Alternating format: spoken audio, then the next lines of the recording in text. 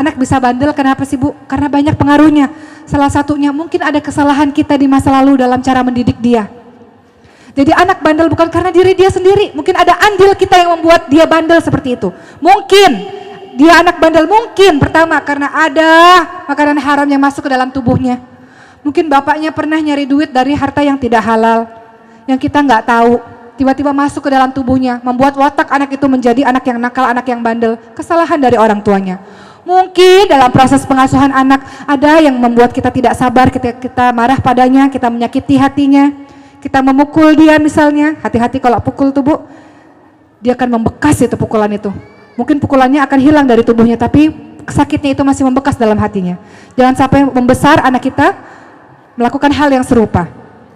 Kita biasa pukul anak kita, ketika dia sudah besar, dia berada dalam lingkaran setan yang juga seperti itu. Dia akan pukul generasi-generasi berikutnya.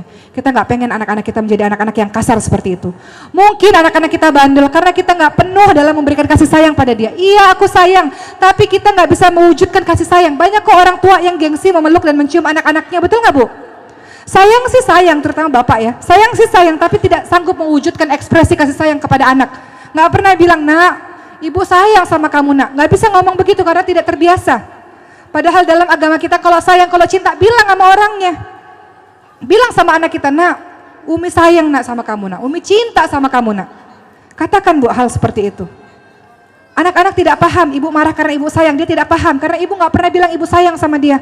Nggak pernah cium, nggak pernah peluk. Makanya kata Rasul, ketika ada seorang yang berkata, Rasul, engkau menciumi anak-anakmu Rasul. Aku punya 10 anak, aku nggak pernah cium.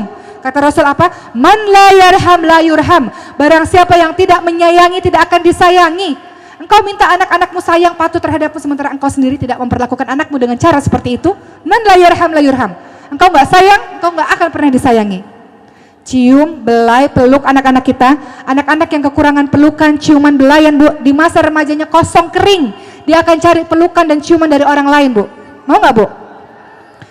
Nggak pernah dipeluk anak kita, nggak pernah dicium. Di masa remajanya dia cari laki-laki yang bisa memenuhi kebutuhan emosionalnya, yang bisa peluk dia, yang bisa cium dia.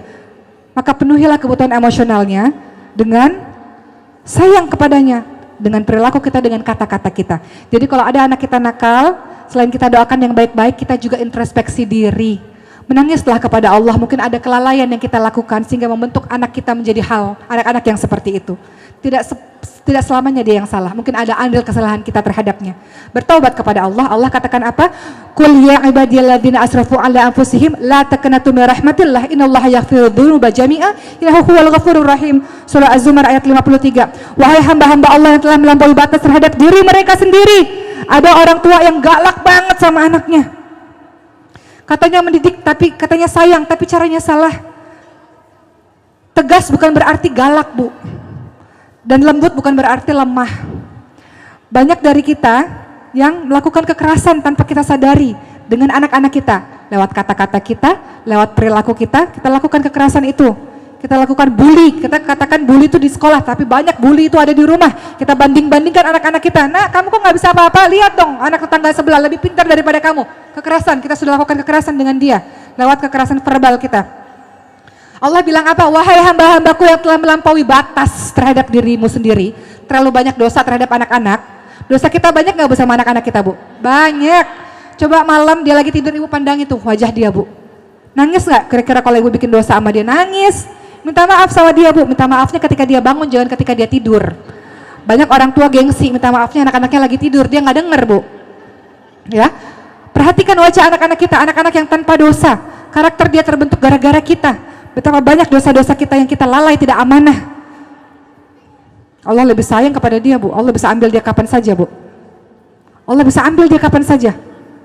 Tapi kita lalai dengan amanah yang sudah Allah berikan terhadap kita. Maka Allah bilang, wahai hamba-hambaku yang dosanya terlalu banyak, wahai hamba-hambaku yang telah melampaui batas terhadap diri mereka sendiri, jangan berputus asa dari rahmat Allah. Allah Maha Pengampun semua dosa. Allah Maha Pengampun, Allah Maha Penyayang. Allah suruh kita tobat.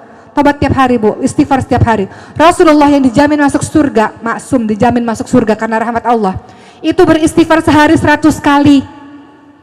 Itu yang sudah dijamin masuk surga. Rasulullah beristighfar sehari 100 kali.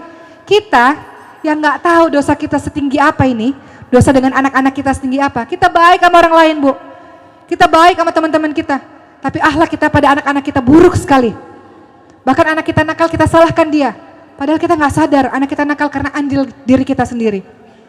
Minta ampun pada Allah dan minta kekuatan. Ya Allah, berikan aku kekuatan untuk bisa mendidik dan bimbing anak-anakku di jalan-Mu, wahai Allah.